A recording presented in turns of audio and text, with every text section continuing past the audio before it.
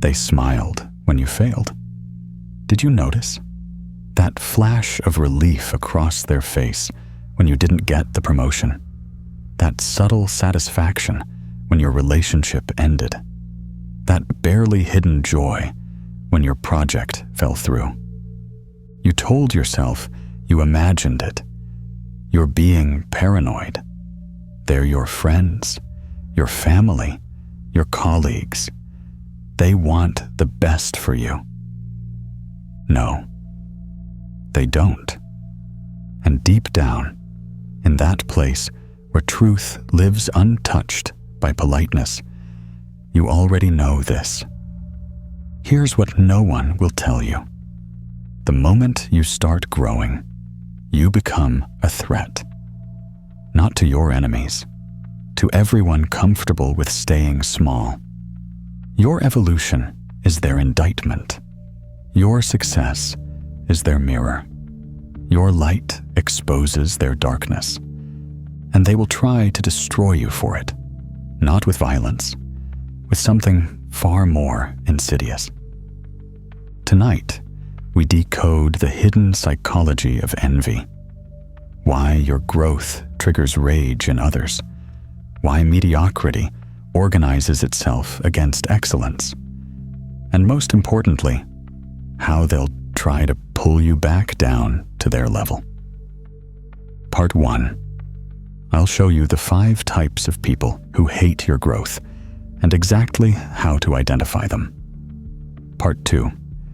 We'll explore why your success feels like violence to their nervous system. Part 3. I'll give you the psychological armor to protect your evolution. But I'm warning you. Once you see this pattern, you'll recognize it everywhere. In every backhanded compliment, every subtle sabotage, every concern about you changing. Ready to understand why they hate your light?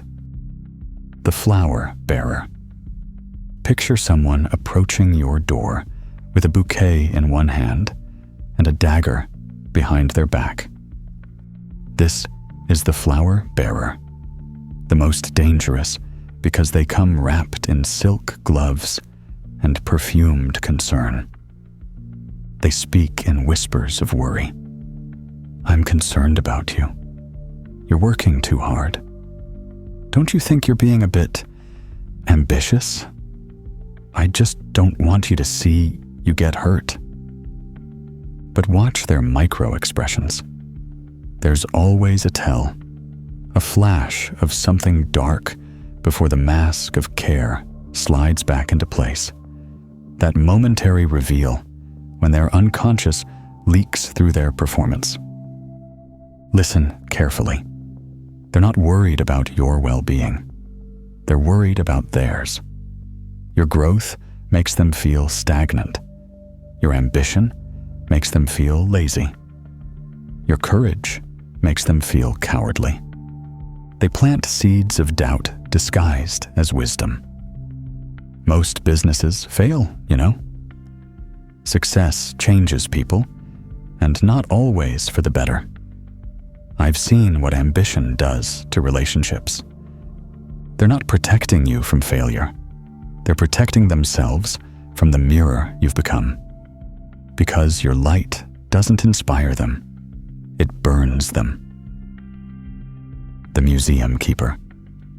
These people are in love with your past self, the version that was safe, the one who made them feel better about their own limitations. They want you preserved in glass, frozen at the level where you didn't threaten them. I miss the old you, they say, like a eulogy. You've changed, delivered like an accusation.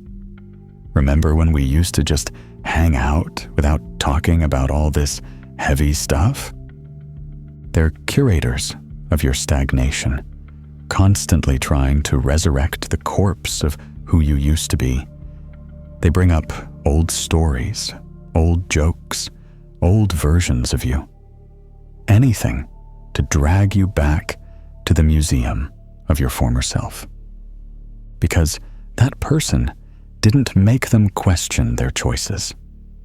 That person didn't make them feel small. That person was their co-conspirator in mediocrity. They're not missing the old you. They're mourning the old version of themselves, the one who didn't feel inferior by comparison. Your evolution feels like abandonment because it is. You're abandoning the shared agreement to stay small. The shadow operator. This one moves like smoke through your life. They operate in the spaces between words, in the timing of their actions, in the accidents that always happen at your crucial moments. They're digital ghosts, forgetting to include you in important emails, arriving late to your celebrations, but early to your crises, creating emergencies right before your big moments. They specialize in plausible deniability. "Oh, I didn't think it was that important," they say when they forgot to tell you about the opportunity. "I just needed someone to talk to," when they called you crying the night before your interview. "It slipped my mind," when they sabotaged your preparation. They're not consciously evil. That's what makes them so dangerous. Their unconscious mind is orchestrating your failure because your success threatens their ego's survival. They're like a virus in your operating system, corrupting your files while appearing completely innocent. Watch for the pattern: confusion around your important dates, selective memory about your wins, and mysterious technical difficulties whenever you're about to level up. The scoreboard keeper. Everything is a competition with this person, and they need you to lose. They live in a zero-sum universe where your gain is their pain, your light is their darkness, your win is their defeat. You got a promotion? They mention their cousin who's a CEO. You lost weight? They point out someone fitter. You found happiness? They explain why it won't last. You started a business? They share statistics about failure rates. They can't celebrate your victories because they experience them as personal defeats. In their mathematics of existence, there's only so much success to go around, and what you take leaves less for them. They keep mental spreadsheets of who's winning life, constantly comparing scores and needing to come out ahead. Your achievements don't inspire them. They make them physically ill, because in their game, your success means their failure. Listen to how they respond to good news. There's always a but, or a counter story, or a subtle minimization. They can't help themselves. The fire extinguisher. This person specializes in dousing dreams before they catch flame. They've appointed themselves the guardian of limitation, the sheriff of impossibility, the executioner of ambition. They arrive at every conversation about possibility carrying statistics about failure. Do you know how hard that is? What makes you think you're special enough to do that? Let's be realistic here. They've made peace with their own abandoned dreams, and your active pursuit feels like a personal accusation. Your hope reminds them of their surrender. Your courage exposes their cowardice. They share stories about people who tried and crashed. They paint your ambition as delusion and your confidence as arrogance. They weaponize reality to murder possibility. But listen to what they're really saying. I gave up, so you should too. Your dreams are evidence of my failure. Your belief is a mirror of my doubt. They're not offering wisdom. They're confessing their limitations and demanding you adopt them as your own. 5 faces, 5 manifestations of the same disease, the inability to tolerate excellence in others. But why? Why does your growth trigger such primal resistance in these people? The answer lies deeper than jealousy. It's wired into their survival circuitry. And once you understand this, their behavior becomes predictable and therefore manageable. If you've seen these shadows moving through your life, if you've felt their subtle poison, then you know it's time to surround yourself with people who feed your fire instead of extinguishing it. Subscribe now, because what I'm about to reveal about the psychology of mediocrity will change how you see every relationship in your life. The mirror pain. Your brain contains mirror neurons, cells that fire both when you perform an action and when you observe others performing that action. This is why you wince when someone gets hurt, why inspiration spreads, why emotions are contagious. But here's what happens in the mediocre mind when they witness your success. Their mirror neurons fire, giving them a momentary taste of what achievement feels like. Then their ego intervenes with a devastating message. That could have been you, but it's not, because you're not good enough. This creates what I call mirror pain, the agony of seeing someone else live the life they abandoned. Your success literally hurts their brain. It's not metaphorical, it's neurological. Every time you level up, you're forcing them to feel the gap between who they are and who they could have been. And rather than use that pain as motivation, they use it as ammunition against you. The village panic. Imagine a village where every house is exactly the same height. The residents have lived this way for generations. It's safe, predictable, fair. Everyone knows their place. Then one day, someone starts building their roof higher. At first, it's barely noticeable, but as it rises, something shifts in the village. Windows start slamming shut. Whispers begin. The peace is shattered. Not because the taller roof hurts anyone, but because it exposes a terrible truth.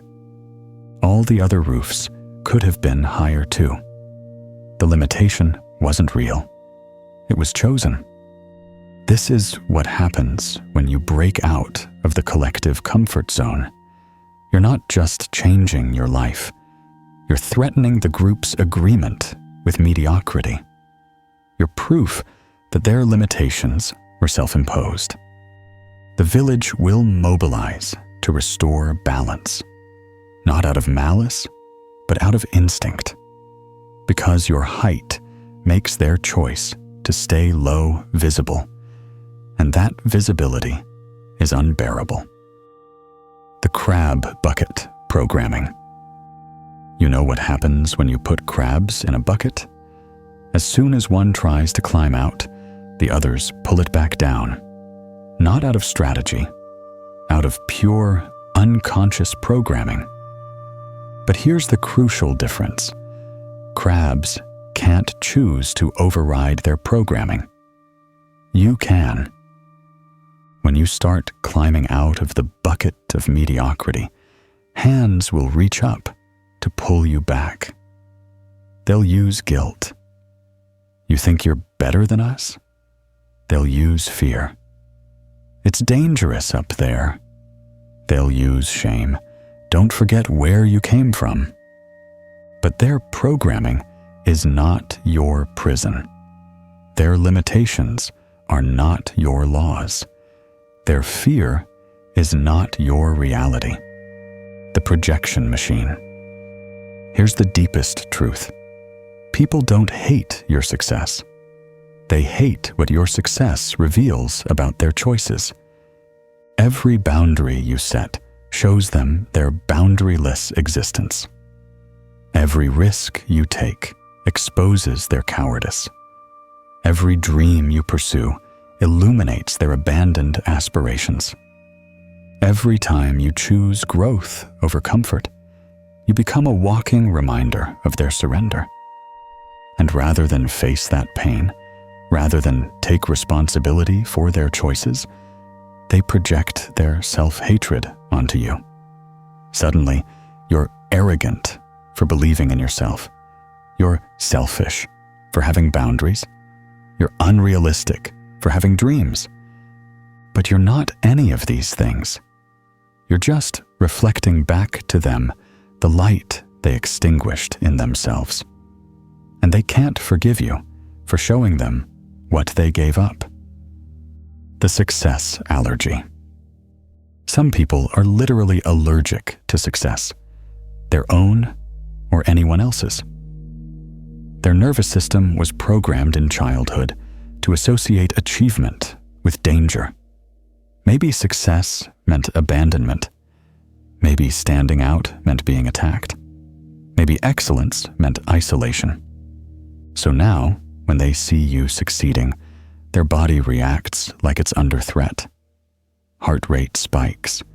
Cortisol floods their system. Fight or flight activates. And since they can't physically fight your success, they fight it psychologically. They minimize it, mock it, question it. Anything to make the threat go away. Anything to return to the familiar territory of shared limitation. They're not responding to your success. They're responding to their trauma. Your growth triggers their ancient wounds, and they attack the trigger instead of healing the wound. The scarcity software. Most people operate from scarcity programming. They believe there's a limited amount of success, love, recognition, and resources in the world. In their mind, life is a pie with fixed pieces. What you take leaves less for them. This is why they can't celebrate your wins. To them, your victory is their defeat. Your abundance is their lack. Your joy steals from their potential happiness. They're playing a game where everyone must lose for anyone to win. And they need you to lose so they can feel like they're not losing as badly. But abundance isn't zero-sum. Your success doesn't diminish theirs unless they believe it does. And that belief becomes their prison while you live in freedom. Now you understand the mechanics. You see why your growth triggers their pain. You recognize the patterns. But understanding isn't enough. You need protection. You need strategies. You need psychological armor. Because here's what they don't want you to know. You can become immune to their projections. You can grow despite their resistance. You can shine regardless of their shadows. The energy audit. Start here. Make a list of the 5 people you spend the most time with. Next to each name, write how you feel after spending time with them. Do they celebrate your wins or minimize them? Do they encourage your growth or question it? Do they inspire you or drain you? Be ruthlessly honest. Your future depends on this clarity. Now circle the names of people who consistently leave you feeling smaller, doubting yourself, or apologizing for your ambitions. These are your energy vampires. They feed on your light because they can't generate their own. You don't need to dramatically cut them off, but you need to consciously limit their access to your energy. They get surface level you. They get polite distance. they get boundaries. Think of your energy like money. Every interaction is either an investment or an expense. Start tracking the return on investment of your relationships. Who pays dividends of encouragement? Who only makes withdrawals? The gray rock method. When you can't avoid envious people, family members, colleagues, necessary contacts, become a gray rock. Boring. Uninteresting. Nothing to trigger their envy. Don't share your wins with people who can't celebrate them. Don't share your dreams with people who assassinate them. Don't share your growth with people who resent it. This isn't being fake. It's being strategic. You're protecting your light from those who would extinguish it. You're guarding your energy from those who would drain it. Save your authentic sharing for people who can hold space for your expansion. Everyone else gets the press release version of your life. The translation protocol. When someone projects their limitations onto you, translate it immediately in your mind. They say, "You've changed." You hear, "Your growth threatens my stagnation." They say, "You think you're better than everyone." You hear, "Your confidence exposes my insecurity." They say, "Money doesn't buy happiness." You hear, "Your abundance triggers my scarcity." They say, "You're becoming someone I don't recognize." You hear, "You're becoming someone I wish I could be." This isn't about becoming cynical. It's about recognizing projection when it happens. Their comments aren't about you. They're confessions about their own inner state. The success sanctuary. Create spaces in your life where growth is celebrated, where ambition is normal, where dreams are discussed seriously. This might mean joining communities of other growth-oriented people, finding mentors who've walked the path you're walking, creating distance from environments that worship mediocrity. You become the average of the 5 people you spend the most time with. Choose those 5 people like your life depends on it, because it does. Build relationships with people who inspire rather than drain. Surround yourself with individuals who've overcome what you're facing, who've achieved what you're pursuing, who are growing alongside you. The selective sharing strategy. Not everyone deserves access to your dreams in their embryonic stage. Not everyone has earned the right to comment on your evolution. Be selective about who gets to witness your becoming. Share your struggles with people who've overcome similar ones. Share your dreams with people who've achieved their own.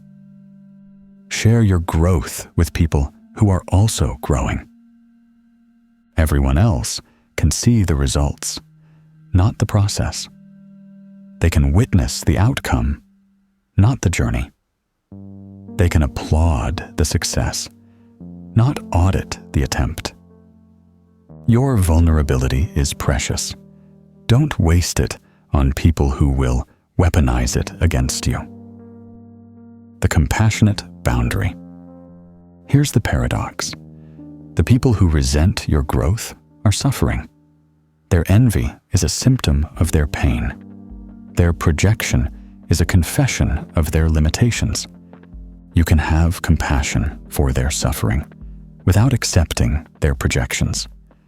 You can understand their pain without dimming your light. You can love them without letting them limit you. Boundaries aren't walls. They're bridges. They allow you to love people from a distance that's safe for both of you. They let you have compassion without accepting contamination. Stop apologizing for growing. Stop minimizing your achievements to make others comfortable. Stop dimming your light because it hurts their eyes. Your growth is not a betrayal of where you came from. Your success is not an attack on those who choose differently.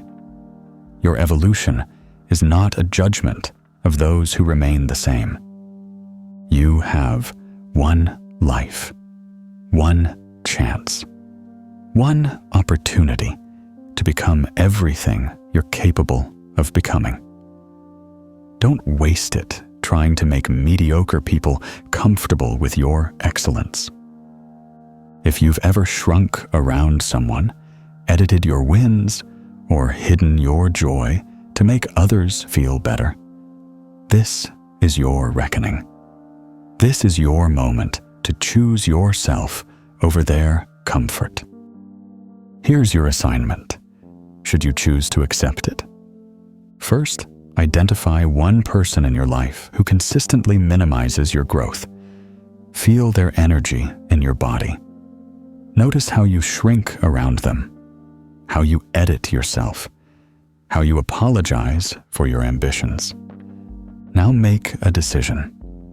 For the next 30 days, you will not share any wins, dreams, or growth with this person. Not as punishment, as protection.